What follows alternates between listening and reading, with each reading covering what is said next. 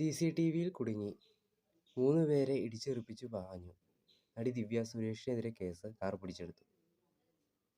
ഇതൊക്കെ ഇവരുടെ ഈ കാശ് കൂടിയതിൻ്റെ, അല്പം കാശ് കൂടുമ്പോൾ ഇവർ ചെറുതായിട്ട് മദ്യപിച്ച് കാണും. മദ്യപിച്ചിട്ടുണ്ടെന്നുള്ള കാര്യം ഷുവറാണ്.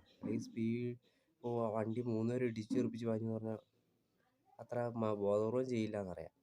പിന്നെ ഇതുപോലെ തന്നെ ഒരു നടൻ, ഫേമസ് സൂപ്പർ സ്റ്റാർ, ഇതുപോലെ എങ്ങാണ്ട് വണ്ടി മദ്യപിച്ച് ഓടിച്ച് ഒരാളെ കയറ്റി കൊന്നതിന് ശേഷം അങ്ങേര് കിടന്ന് 5-6 മാസം കണ്ട് 26 ലക്ഷമോ എത്രയോ 20-30 ലക്ഷം കണ്ട് കൊടുത്ത് ഇറങ്ങിപ്പോകുന്നു.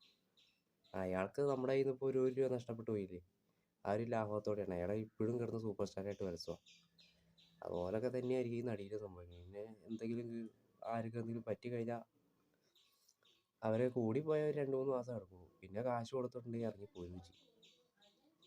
ആര് കാണിച്ചാലും ഈ തെണ്ടിത്തരം ഇടുന്നത് കാണിക്കരുത്. എല്ലാം കാശുണ്ടെങ്കിൽ കാശുണ്ടോ, നിങ്ങൾ എന്തെങ്കിലും കൂത്തിനൊക്കെ എന്ത് വേണമെങ്കിലും കാണിച്ചോ. പക്ഷെ അത് കാരണം മറ്റുള്ളവർക്കൊരു ബുദ്ധിമുട്ടുണ്ടാവരുത്.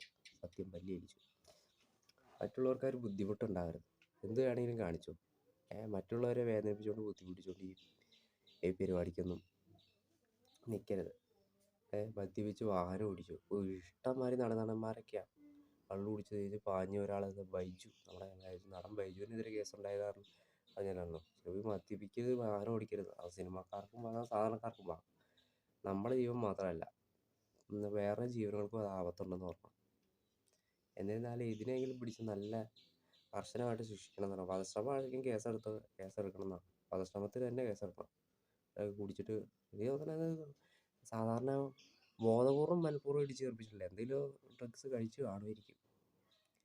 അല്ലെങ്കിൽ ബോധപൂർവം ആണെങ്കിൽ തന്നെ അത് ഏതോ മാനസിക രോഗം, അതിനും വേറെ ചികിത്സയും കൊടുത്താൽ മതി.